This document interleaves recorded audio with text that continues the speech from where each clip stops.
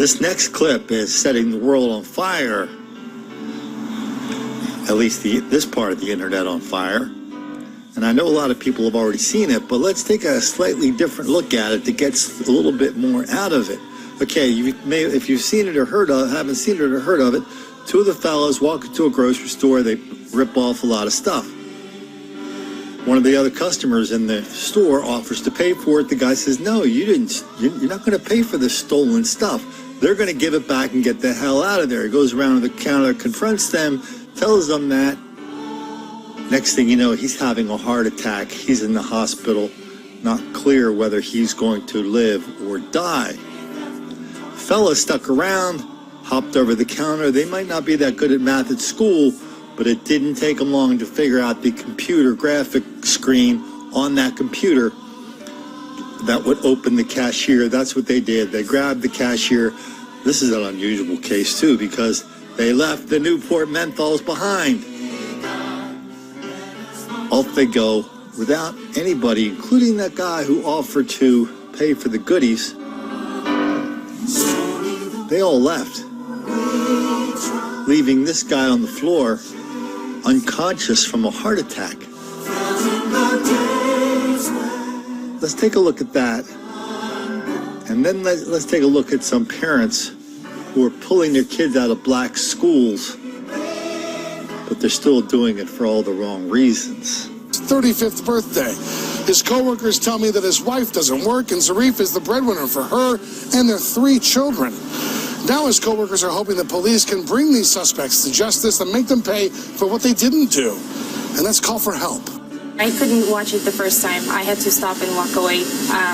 It totally just broke my heart. Angela Sharapova is still shaken after watching what surveillance video caught last weekend at work. Her actions could cost this man his life. Watch the clerk ring up the adult man's items. Investigators say he's not involved in this incident. The man refused to pay for the items the 2 teens had helped themselves to only moments before. Zarif then begins arguing with the teens for not paying enough to cover their stolen snacks. And as the argument escalates, Zarif suddenly collapses to the floor. What happens next is mind-boggling for detectives. Attempt to get into the cash register. They steal some items. They leave the store a couple times and come back in. They jump over the counter. Eventually, they are able to get the cash register drawer open, and they take all the money out of the drawer, and they steal more merchandise from the store, and they leave. Investigators say they now know who these suspects are, but so far they're not in custody. Several minutes pass before a bystander enters the store and calls 911. It's those precious minutes the clerk's coworkers believe could have been used calling for help and giving Zarif the best chance to survive. I didn't think that anybody would be able to do that to begin with. The clerk's family and coworkers are now praying he'll make a full recovery. They're also raising money online to help his family pay for their medical bills. Still, they all wonder how anyone could ignore someone in obvious need of help. This is not something that you see very often, but unfortunately you do see it. And when you do, it really shocks people and makes people wonder what is going on when people can be this cold to other people. So we've actually talked about this just a little bit before, how even black parents are pulling their kids out of homeschool, how a lot of white parents are pulling their kids out of school into homeschool, because a white parent sending their kid to a predominantly black school is child abuse. Well, the black parents have a slightly different take on it. They know that they're sending their kids to a black school.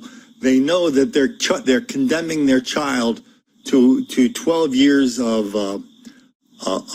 educational underachievement. That means that by the time they get to high school, in Baltimore, for example, 16 high schools in Baltimore do not have one single child that can read above a 3rd grade level, i.e., they read emojis, and that's about it.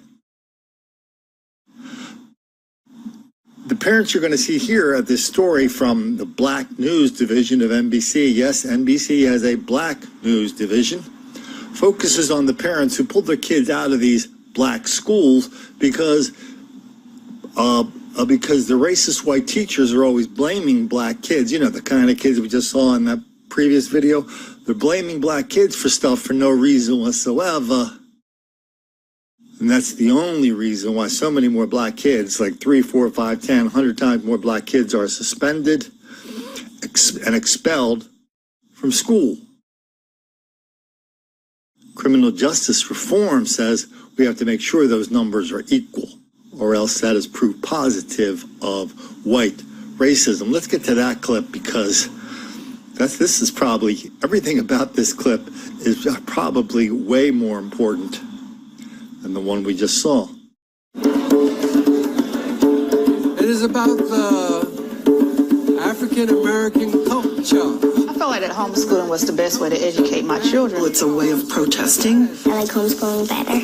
We come from... This is a school you can mess up. I want each of my students to believe that they can achieve their dreams. We come from different walks of life. But we started in Africa. Started in Africa. I am Dr. Sheba Quinn, an Air Force veteran and a homeschool mom.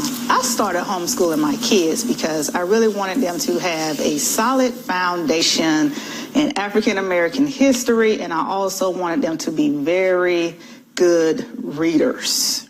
Perfect! Give me 5! Oh, you're so smart! What?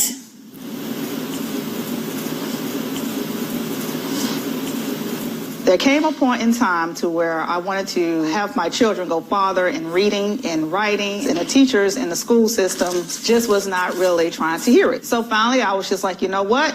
I'm quitting my job and I'm homeschooling my kids.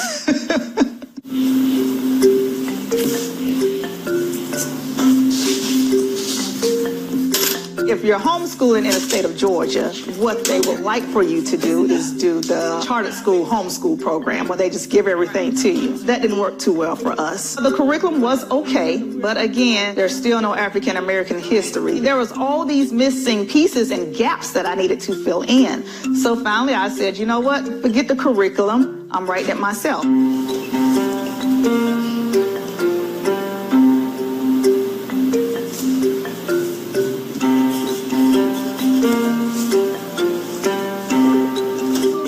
At what happens in public schools in terms of the curriculum, you could end up thinking that African American history begins with slavery and ended with Martin Luther King, and that's just not the case. We may not have physical money, a lot of physical money, but richness is in your soul, okay? As a single parent, my source of income is my retirement check from the military, and I also receive assistance from the children's father. I manage homeschooling by making sure we're all on a tight schedule. Everything is planned out in our world. My day starts about 3 o'clock in the morning, and yes, I know a girl that start early.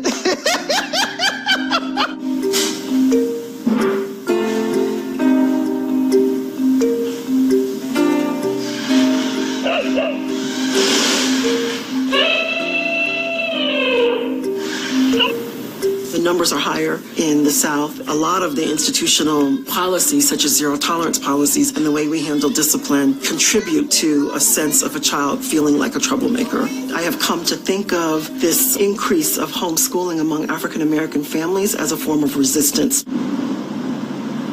And there's 6 of us. She got 6 kids, and I'm the oldest.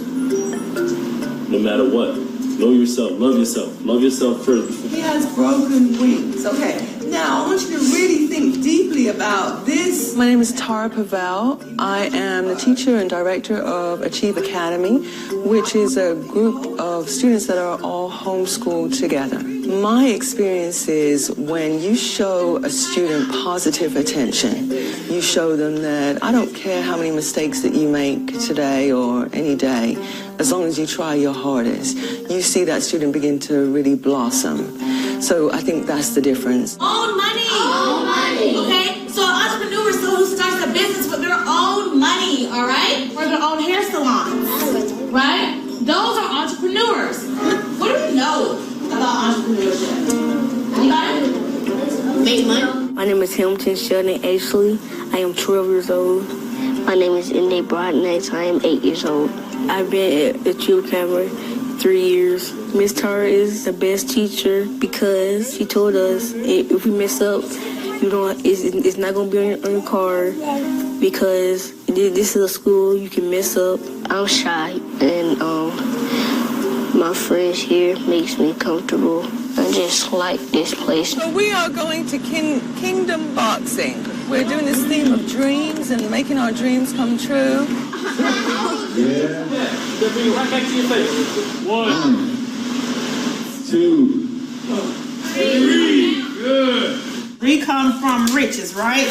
Were you born to be rich? Yes. Yes. Will you ever be poor? No. No. People feeling like that African American children that are homeschooled are being segregated, I would have to disagree with that because every family is different. I make sure that they are involved with other nationalities and cultures. I mean, they are on softball teams, they're on soccer teams, they have a business, they're in Girl Scouts. I mean, we interact with people all the time. There's no place that I have not been. Wherever you may go, you will find a light. The African, every place. African in America, African in Europe. We're no longer looking to the public school for uplift for the culture, but the lesser known history is that we've always been self-taught, and it was our self-agency and our self-determination that got us to the point where we were seeking education as a way of freedom. Boy, these parents are in such denial, deceit, and delusion. We'll give them credit for, I don't know. Do we give credit to people around here for trying around here? First thing I noticed about that clip is the kids were kind of like condemned to sit on these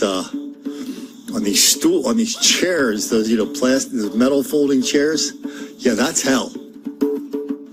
And then the graph dutifully reminds us that only 10% of the kids' history, the history they learn, is African American history. And most of that's probably spent on discussing the movie Wakanda.